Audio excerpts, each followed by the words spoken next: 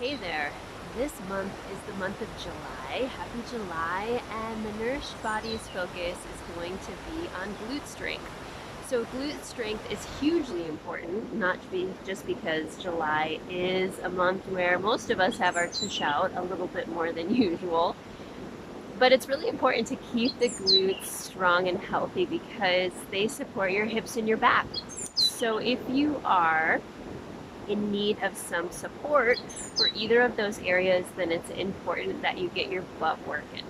So this is one that is a great exercise. Easy but not easy. So easy in its execution, but not so easy to actually do it. So you're going to stand with both of your legs right underneath your hips in a really good parallel position.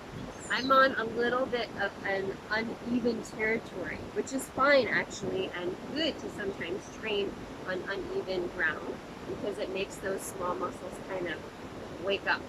So all I'm going to do is give a little gentle knee bend, and then my hands are going to be on my hips. And what I'm going to try to do, I'm going to bring my feet pretty close together, and I'm in shoes, sandals, but by all means you can do this with bare feet. So what I'm going to try to do is I'm going to try to lift my leg and put it back down.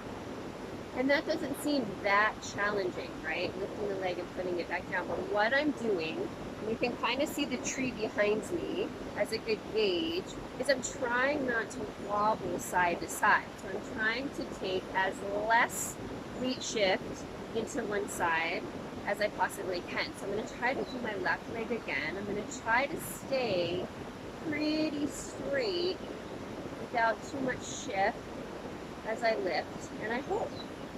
And then I put that foot down, and that's harder. That side is harder for me. I stand back in the center, and then I try to lift on my left. And you can see that as I shift, one side shifts farther than the other. So when I go onto this side, I have to take more of a shift than I do when I go to my other side. So I have a little bit more built-in strength stability on this right side than I do on my left side.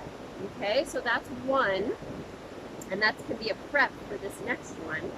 And the next one is we get down into a little bit deeper of a squat. I'm kind of having my pelvis and my tailbone, my sit bones, reaching back on a long diagonal. My back is pretty neutral. My abs are tucked in. And my shoulders are not hunched forward. I'm going to hold those back, and I can even put my hands behind my back to help.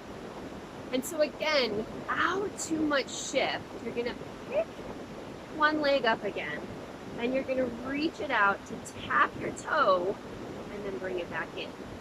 You're going to tap your toe and bring it back in.